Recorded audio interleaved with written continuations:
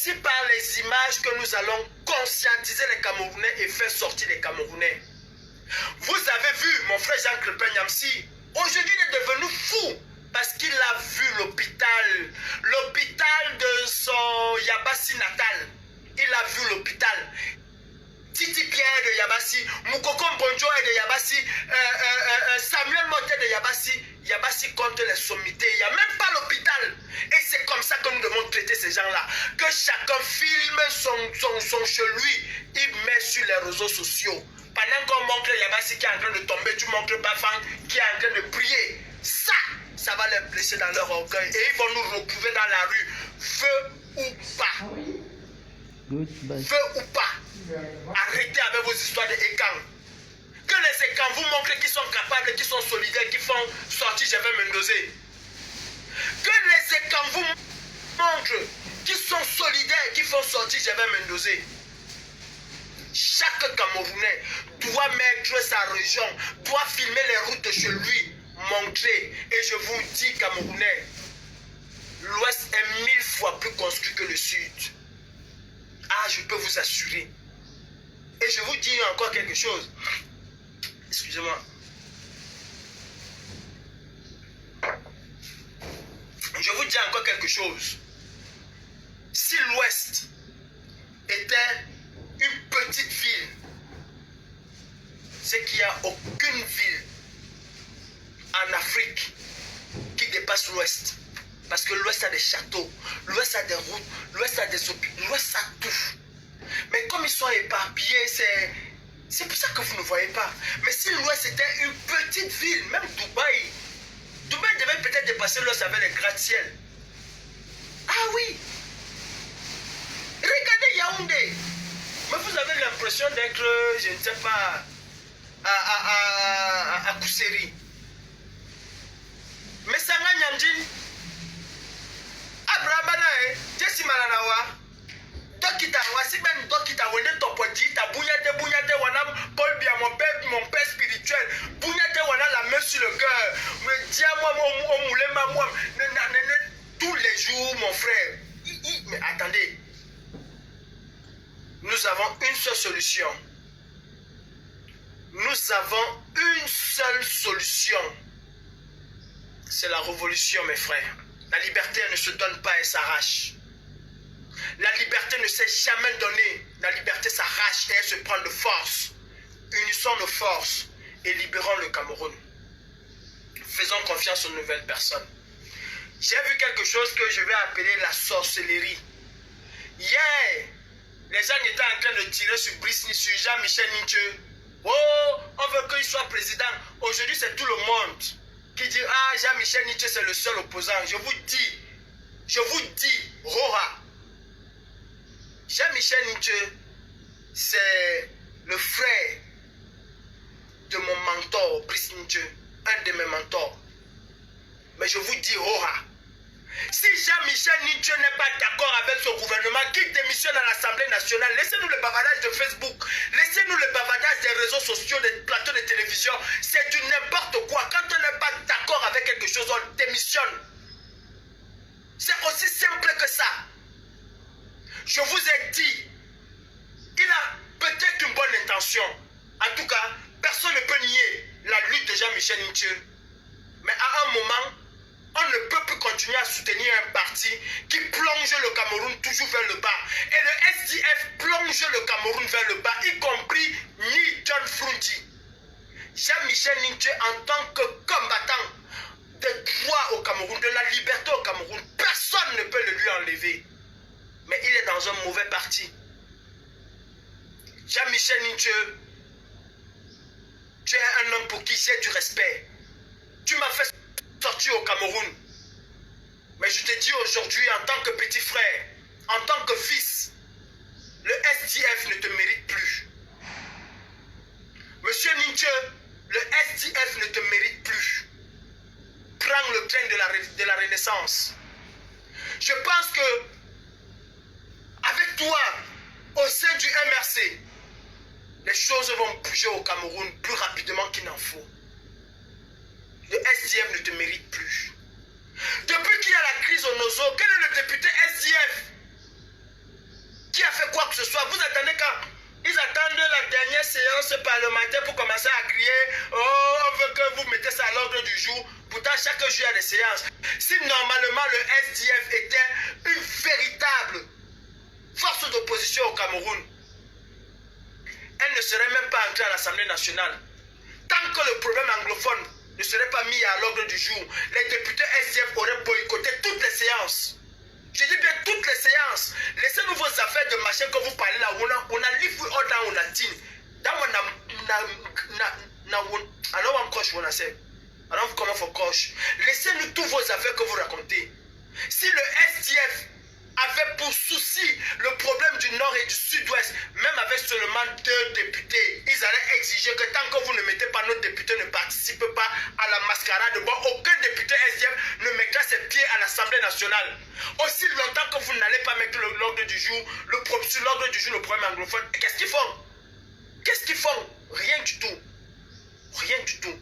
Alors mon père Jean-Michel Nthieu, c'est pas un parti qui intéresse encore les Camerounais.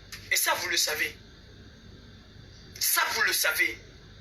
Je vous dis, il n'y a plus aucun parti d'opposition au Cameroun. Ça n'existe plus. Que quelqu'un ne se réveille pas aujourd'hui comme si c'est aujourd'hui qu'il s'est rendu compte qu'il n'y a plus aucun. Il n'y a plus aucun parti d'opposition, pardon, au Cameroun aujourd'hui là. Ça n'existe plus. Ça n'existe plus. Le SDF, c'est la femme, la coépouse de Chantal Biya. J'ai dit bien le SDF, c'est la coépouse de Chantal Biya. C'est la prostituée du RDPC. PCRN, troisième coépouse du RDPC. Pas de Chantal. Chantal Biya n'a qu'une seule coépouse aujourd'hui. Troisième, PCRN, Issa Choroma Bakari, RDPC. Bello Bouba Montapioka. Vous comprenez d'abord le nom de quelqu'un. Bello Bouba, my own Gary. On a dit c'est dans le code même son Gary, on a dit c'est Naoti. Bello Bouba Montapioka, c'est le RDPC. MDR, c'est le RDPC. ANDP, c'est le RDPC. Vous attendez quoi des partis politiques au Cameroun? Qu'est-ce que vous attendez de ces partis politiques? Aucun parti politique ne va changer les choses au Cameroun. C'est nous les Camerounais. Et mes frères, préparons-nous dans la révolution. Préparons-nous, prépare-toi mon frère.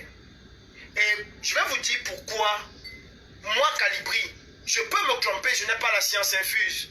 Je peux me tromper. Mais je vais vous dire, pourquoi est-ce que les Camerounais ne se lèvent pas? Parce que les gens font beaucoup d'amalgames. Et les gens sont toujours là à dire, les Camerounais sont faibles, les Camerounais ne veulent pas sortir, les Camerounais nous ont déçus. Non, les Camerounais ne vous ont pas déçus. Enlevez ça de vos têtes. Même ceux qui chantent aujourd'hui Paul Biya Ayok, du plus profond d'eux, ils savent que vous avez raison.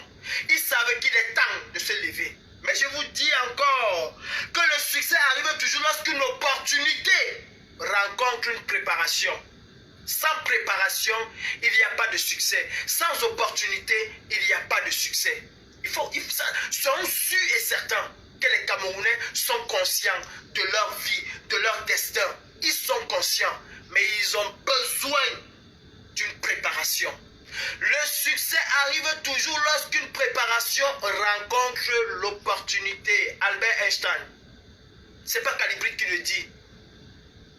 Comment voulons-nous avoir le succès sans préparer les gens? Préparons les gens. Nous sommes obligés de préparer les gens et d'essayer d'utiliser toutes les opportunités qui vont se présenter devant nous pour en faire un succès. Ce n'est pas sorcier, ce n'est pas bac plus 50, ce n'est pas quelqu'un qui va venir vous donner les pains empoisonnés. Non, non, non. C'est quelqu'un qui viendra vous dire la vérité. Et si quelqu'un vient vous chanter que le RDP, c'est que Paul Biya est maudit. Paul Biya est maudit, nous le savons. Paul Biya est maudit. Mais il faut que les Camerounais prennent leurs responsabilités. Et pour cela, il faut que des personnes se lèvent au Cameroun.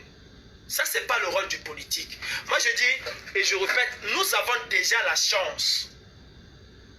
Nous avons la chance d'avoir un homme politique qui a une vision globale, qui a une vision d'émergence, qui a une vision de développement du Cameroun. Cet homme politique-là, pour moi, je dis, c'est un acquis. Mettons cet acquis de côté et il faut une nouvelle force. Je m'explique. En 1991, les villes mortes ne sont jamais l'émanation d'un parti politique. Les villes mortes en 1991, c'est la tête d'un homme, Mboua Masson, qui a dit, mais si on faisait les villes mortes, ça allait marcher. Et vous savez par qui les villes mortes ont été incarnées au Cameroun?